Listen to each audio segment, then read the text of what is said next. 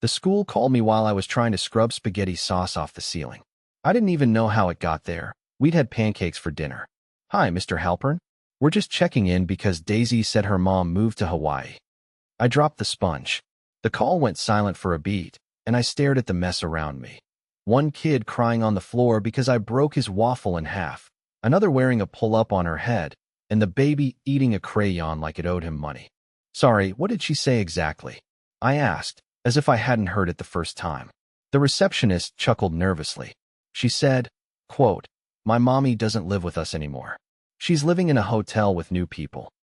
I thanked her, hung up, and didn't even bother wiping my hands before unlocking my phone. Still no text.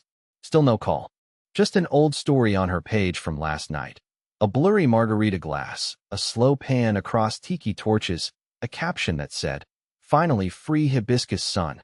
No mention of me. No mention of the kids. Just freedom. This was day 4 of her girls' trip, and by then, I'd already done 5 loads of laundry, attended 2 PTA meetings I wasn't supposed to be at, pulled a Lego out of my foot with tweezers, and cried in the laundry room twice. But somehow, that call from the school hit different. Because Daisy didn't just say Mommy was on vacation. She said Mommy was gone. As if she knew something I didn't. As if someone told her something. I looked back at the video she posted the night before. I noticed something I hadn't seen the first time. A voice. Deep, male, slurring "Come here, babe" in the background. I turned the volume all the way up, held the phone to my ear like it was a bomb. And there it was again. "Come here, babe." Then laughter. Hers. I nearly choked on my own breath. I thought she was with her girlfriends, but I only ever saw 3 of them in the clips. She told me 6 were going. That 2 were bringing their boyfriends. That I was overthinking things. That she just needed to feel human again. But now, standing in a kitchen that smelled like syrup and regret, I realized something I never wanted to believe. She wasn't just on vacation. She was vanishing. And she didn't plan on telling me when, or if, she'd come back. The last time she texted me during the trip, it was a photo of her brunch, sliced papaya, some kind of green juice, and her tan legs stretched out by a pool. The caption underneath read, "Peace. Finally. No, I miss you. No, how are the kids? Just peace." I didn't reply. Not because I was trying to punish her. Honestly, I didn't know how to respond. That morning, I had changed 3 diapers, spilled a bottle of formula on my only clean shirt, and stepped in something warm and unidentifiable on the carpet. Meanwhile, she was sipping spirulina with a view of the Pacific Ocean. If this was her idea of balance, I wanted off the scale. Later that night, I got a message from her that just said, "I love you all." 4 words. No punctuation. No heart emoji. And my stomach dropped. Not because she said it, but because she had never once referred to us as you all. Not in texts. Not in person. Not even during Christmas card captions. She always used our names. Tell Oliver I love him. Kiss Maya goodnight. Give Noah a big hug from Mommy. But this was distant. Cold. Like something you'd write to a group of acquaintances. Like something not meant for me. I sat there staring at it, thinking, who else is she texting this to? So, I did something I swore I wouldn't do. I opened her laptop. It had been sitting untouched on the side table since she left. I told myself I just needed to check an email she mentioned, something about a school sign-up. But the moment it opened, the browser loaded right back into her Open iMessage tab. And there it was. A message thread labeled T. No photo. Just the letter. And the chat was long. Filled with hearts. Inside jokes I didn't recognize. And photos that made my chest cave in. Beach selfies. Hotel room drinks. One of her in a robe, biting her lip. I scrolled like I was being dragged underwater. My breath came shallow. I kept blinking like the screen would blur or the words would rearrange themselves. But no, they stayed exactly as they were. T. You look even better without that ring on smirking face. Her. LOL stop. T. Can't wait for tonight. I've been thinking about you since you left the lobby. Her. Me too. I keep smiling like an idiot. My hand was shaking. I don't even remember closing the laptop. I just remember my reflection in the black screen afterward. Pale, tired, and very, very alone. That night, I didn't cry. Not because I was strong, but because I felt nothing. Like my heart had unplugged itself from the rest of me. I went through the motions, put the kids to bed, washed bottles, set the coffee timer for the next morning. And then I sat in the hallway in the dark, next to the pile of toys she never picked up, and waited for the next betrayal to find me. But I wasn't going to wait long, because someone else already knew what she'd done, and they were about to make sure I found out everything. I didn't sleep that night. Not out of heartbreak. That part hadn't hit me yet. What I felt was more disorientation. Like the world had tilted, and I was trying to walk in a room with the lights off and the floor shifting under me. I knew what I saw, but some part of me still needed someone else to confirm it. Someone to say, yes, she did that. You're not insane. The universe gave me that someone. Around 2 a.m., I got a DM on Instagram from a name I didn't recognize at the real Lena C. Her profile was private. No photo. The message just said, "You don't know me, but I think you deserve to see this before she deletes it." I hesitated. I'd already seen more than I wanted, but my thumb tapped it anyway. There was a video attached. A screen recording. It was from someone else's Instagram story, not my wife's, not her friend's. Some third person I'd never heard of. Probably one of the guys she was with. The story was filmed inside a club. Loud music, strobe lights. People dancing. Then the camera tilted. The lens caught a booth in the back, dimly lit, just for a second. But it was long enough. Evie was there, on a man's lap. Same guy as the chat thread. His hands were all over her. And she was laughing, head thrown back, like she was living in a movie where her life back home didn't exist. Like we didn't exist. She kissed him. Not a mistake. Not a drunken accident. A kiss that knew exactly what it was doing. Then, at the end of the video, came something I wasn't prepared for. Her voice. I can't believe I was ever a wife. This feels real. I sat there frozen. Rewound. Watched it again. Again. Each time hoping I'd misheard. Lena messaged again. I was there. I recognized her from your pics. I don't want drama. I just hate cheaters. I stared at the screen, still gripping the phone like it was part of me. My kids were asleep down the hall. Our son had made a card for her earlier that day, stick figures and the words, "I miss you, Mommy," written in crooked letters. He'd asked me if she'd be home by the weekend. I told him yes. I lied. I didn't reply to Lena. I just saved the video, put the phone down, walked into the living room and sat on the couch we bought 2 years ago when we still believed in forever.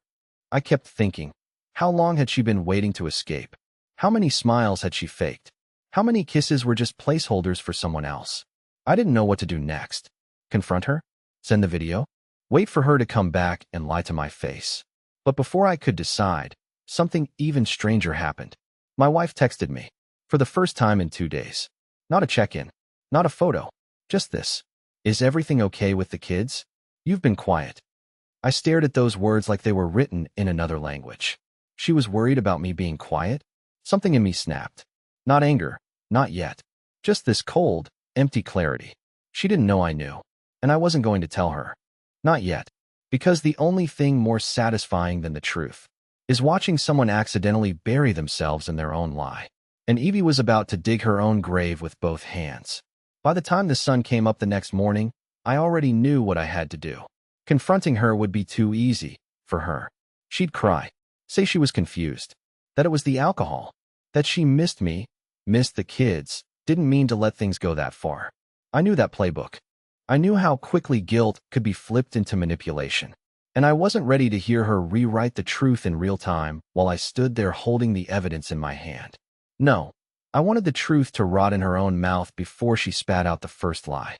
So I did what any emotionally unraveling father of 3 with too much time and not enough sleep would do. I started collecting. First, I backed up the screen recording Lena had sent me. Then I took screenshots of all her messages with T before they could be deleted from the synced laptop. Every emoji, every haha. Every night, they couldn't sleep from thinking about each other. I saved them all into a folder and named it something dumb like Taxes 2022, just in case she ever opened the computer. Then I did something that made my hands tremble. I logged into our shared cloud photo album. She probably forgot we still had one. We hadn't used it in months. But somewhere in the background, her phone had been syncing photos automatically, and there they were. 5 fresh ones from that very night. One of them was blurry and angled wrong, clearly accidental. But it was the worst one. She wasn't kissing him. She was straddling him. In a hotel room mirror. Her face turned, barely visible. His hand holding her phone. I wanted to punch something. Scream. But the kids were in the next room eating cereal and watching cartoons, and I couldn't fall apart in front of them again. So I swallowed it, just like I'd swallowed everything else. Later that day, she FaceTimed. I didn't answer. She tried again 2 hours later. This time I picked up. I made sure my expression was neutral. Not cold, not angry, just exhausted. That wasn't hard to fake. "Hey," she said, forcing a smile. She was sitting on what looked like a patio, ocean behind her, wearing sunglasses and one of those fake linen robes you get from resort spas. "I've been trying to reach you." I nodded. "Yeah, sorry. It's been a madhouse here." She frowned. "Are the kids okay?" "They miss you," I said. I didn't add anything else. There was a pause. I saw her eyes shift, like she was calculating how deep the damage was. Testing the waters. "I miss them too," she said quietly. "And you?" I said nothing. She kept going. "I know I needed this trip, but it's made me realize some things." "Oh yeah?" I asked, keeping my voice flat. "Yeah," she said, biting her lip, a move that used to drive me crazy. Now it just made me feel sick. Like how we've grown distant. How I've been feeling unseen. And how I cut her off. "Are you having fun?" She blinked, thrown off. "What?" "At the resort," I said. "Are you enjoying yourself?" She hesitated. "I mean, yeah, it's beautiful here." I leaned forward, lowered my voice just enough for her to lean in too. "Good," I said, "because I want you to remember every second of it. The sunlight, the wine, the view from your hotel balcony, the way his hands felt on your skin." Her face froze, paled. I saw it. That flicker of panic. I didn't yell. I didn't cry. I just let the silence sit there like a weight in her lap. "You knew?" she finally whispered. I tilted my head. "Evie, you practically live-streamed it." She opened her mouth, but no words came out. I watched her try to collect the perfect sentence, but it kept slipping through her teeth. "That's not," she started. "It's not what you think." I gave a sad, dry laugh. "I hope it is, actually. Because what I think is that you threw away your family for a guy who won't even remember your birthday." I didn't plan for it to happen. "Save it," I said. "We're not doing the crying game today." Her face broke. "Wendell, please." But I had already disconnected the call. I didn't want an apology. I wanted to see what she'd do next, now that the mask had shattered. Because the only thing more revealing than betrayal is watching someone scramble to survive the fallout. I didn't answer her texts after the call. Not when she messaged, "Please just talk to me." Not when she sent, "Can we work through this?" Not even when she tried calling 3 more times in 1 hour. I went silent. I didn't ghost her. I starved her. No explanations. No attention. Nothing to latch onto. And for someone like Evie, someone who lives on control, on being desired, on being the center of everything, silence was a cruelty she hadn't prepared for. But I wasn't done. The day before her flight home, I met with a lawyer. Not because I wanted to burn everything down, but because I needed to know what was mine, what was hers, and what protections I could put in place if she came back swinging. The lawyer, a woman named Christine, sharp as glass and twice as cold, didn't blink when I showed her the folder I'd labeled Taxes 2022. She scrolled through the photos, the messages, the video, then calmly closed the laptop and looked me in the eye. "I've seen worse," she said. "But this is clean. Strategic, emotionally damaging enough to kill any claim for full custody." I didn't cheer. I didn't pump my fist. I just nodded. Because I wasn't doing this to punish Evie. I was doing it to protect my kids from the version of her that chose to disappear without warning and came back only when the thrill wore off. The morning she landed, she texted me again. "I'm at the gate. Can we please talk before I come home?" I replied with one line. "I'm not home. You'll see why when you get there." Then I turned off my phone. When she walked through the front door, everything was different. I'd moved out 2 days earlier. Not far, just to my sister's house across town. But I took everything that mattered. The kids' clothes, their school supplies, their medication, the baby monitor, the dog. I even took the photo albums. Not out of spite, but because I didn't trust her not to erase the past in a fit of self-preservation. What I left behind was the house she wanted so badly to escape from. But now, she was walking into it alone. No welcome home banner. No kids running into her arms. No husband making weak coffee and asking how her flight was. Just a quiet, echoing hallway and a printed envelope on the kitchen counter. Inside, my lawyer's contact information, and a note in my handwriting that simply said, "Let me know when you're ready to tell the truth."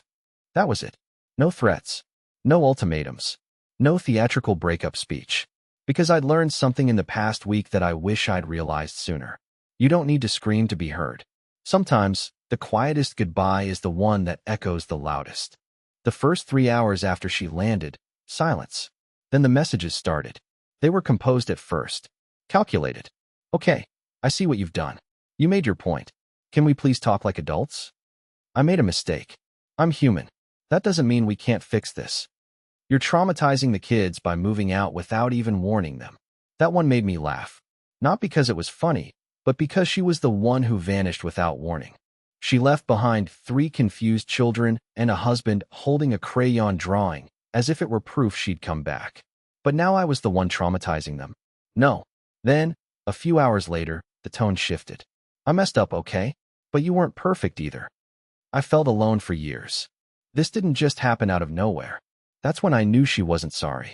She was scrambling. And by midnight, she was standing on my sister's front porch.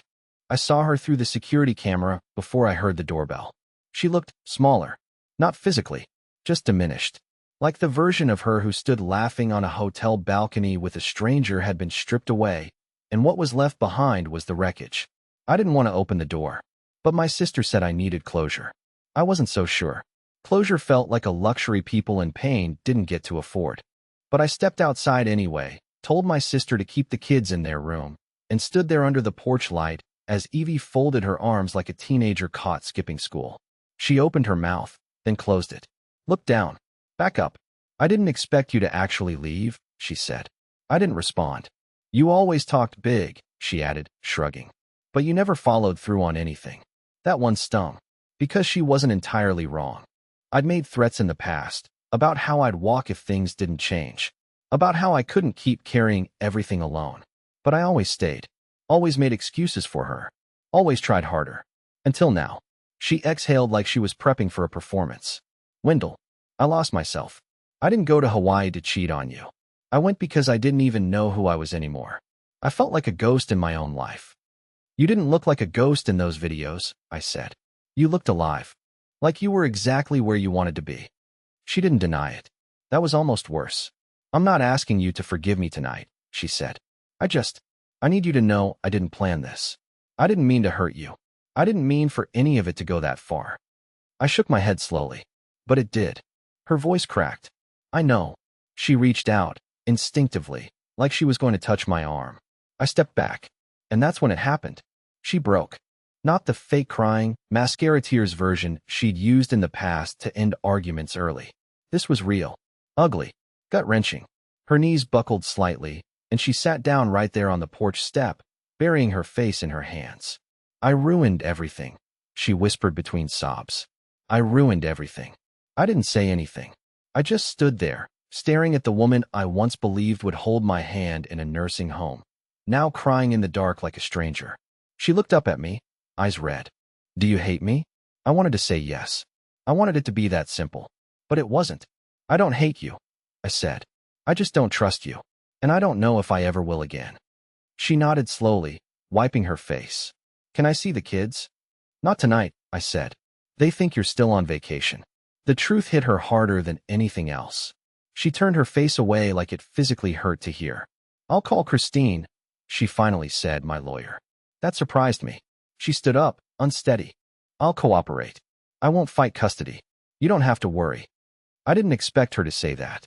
But maybe, finally, she understood that some things were already broken beyond repair. That some betrayals weren't just bad decisions, they were turning points. Doors you shut that can never be opened again.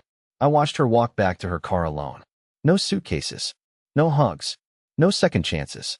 And as she pulled away, I realized something strange. I didn't feel relief, or pride, or even satisfaction. I felt grief. Because this wasn't just the end of our marriage.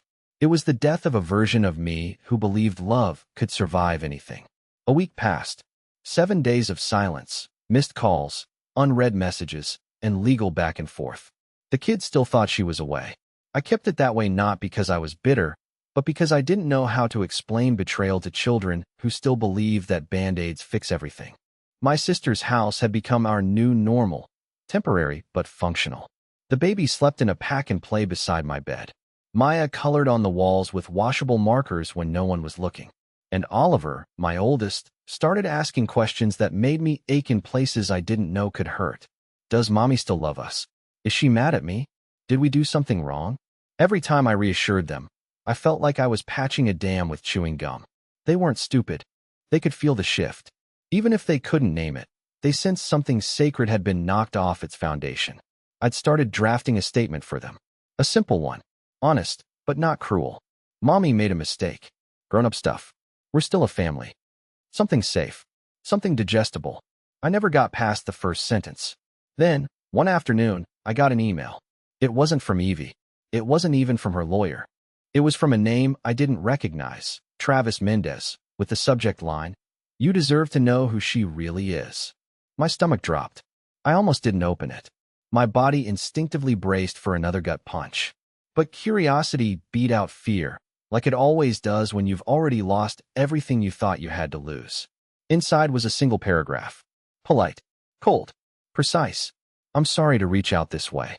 I was involved with your wife. I didn't know she was married with kids until after the trip. She told me she was recently divorced, said she needed to get away from her toxic ex. I found out the truth when I saw your post about custody. I feel sick. She lied to both of us. I thought you should know. Attached is a photo she took in my room. I'm guessing you've never seen it before. Below that, a single image file. It was her. In his bed. Smiling at the camera. Wearing my old college hoodie. My legs went weak. I had to sit down on the floor beside the dining table. The kids were watching TV in the other room, oblivious. I stared at that photo like it was some kind of twisted time loop, some alternate reality where I didn't exist, where the woman I gave my 20s to had already buried the memory of me while wearing my clothes. I don't remember how long I sat there. When I finally stood up, something inside me had shifted. I wasn't broken. I wasn't angry. I wasn't even hurt. I was empty. That kind of hollow that comes after the final blow, when there's nothing left to feel, when grief has scorched everything raw, and now you're just walking through the ashes, numb. That night, I did something I hadn't done in years. I wrote, not a message to her, not a public post. I opened an old Word document, the same one where I'd once drafted love letters to Evie back when we were still figuring out who we were, and started typing. I wrote about the weekend we got engaged in the rain. About the way she cried the first time she held our son. About the quiet mornings with coffee and cartoons and laundry that never seemed to end. Then I wrote about the silence. The missing calls. The man. The bed. The photo. I wrote until the words stopped trying to make sense and just became noise. I didn't write to keep a record. I wrote to bury something. To eulogize the version of us that died without warning. And just as I closed the laptop, my phone buzzed. It was Evie. This time, she wasn't asking to talk. She'd sent a voice memo, just under 2 minutes long. I hesitated. My finger hovered. And then I pressed play. I didn't know what I expected to hear when I pressed play. Maybe more excuses. Maybe another performance. The kind where she painted herself as the victim of a life too heavy to carry. But what I heard instead wasn't rage. It wasn't desperation. It was her voice. Quiet. Shaken.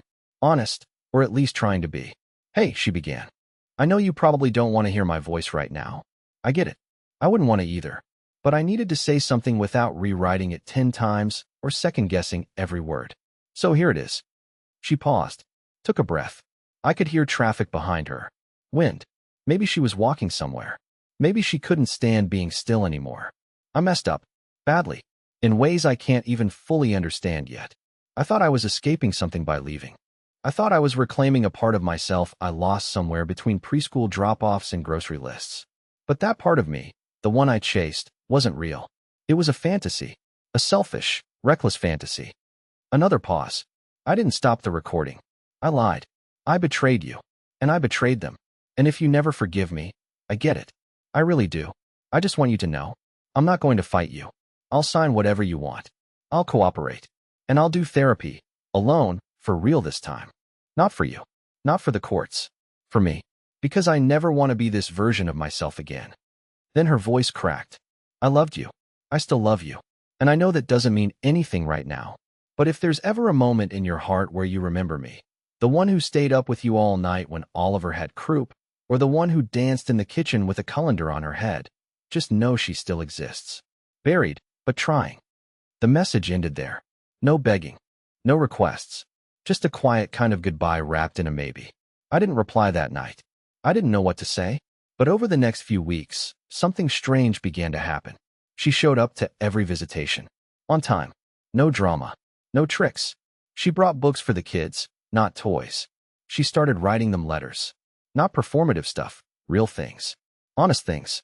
The kind of words that take courage to write. I didn't take her back. That wasn't what this story was about. But I did forgive her. Not all at once. Not with a grand gesture. It came in pieces. In small conversations. In the way we both put the kids first and stopped trying to rewrite the past. And over time, we rebuilt something. Not a marriage, but something softer. Wiser. Co-parenting that didn't feel like war. Shared holidays without tension. Smiles that didn't come from pretending, but from knowing we survived something together. Even if we came out different on the other side. I started therapy too. Joined a support group for single dads. I started journaling again, walking in the mornings, cooking meals that didn't come from a box. The kids adjusted better than I expected. Kids are like that. Resilient in the places we forget to be. And as for me, I'm not healed completely. But I'm healing. I laugh more now. Not the fake kind. The kind that sneaks up on you when your daughter tells a joke that makes no sense, and you laugh anyway, because she's trying so hard. I still look at old photos sometimes. I don't hate them. I don't hate her. I just see a chapter that ended. And the beginning of one I never thought I'd be strong enough to write alone.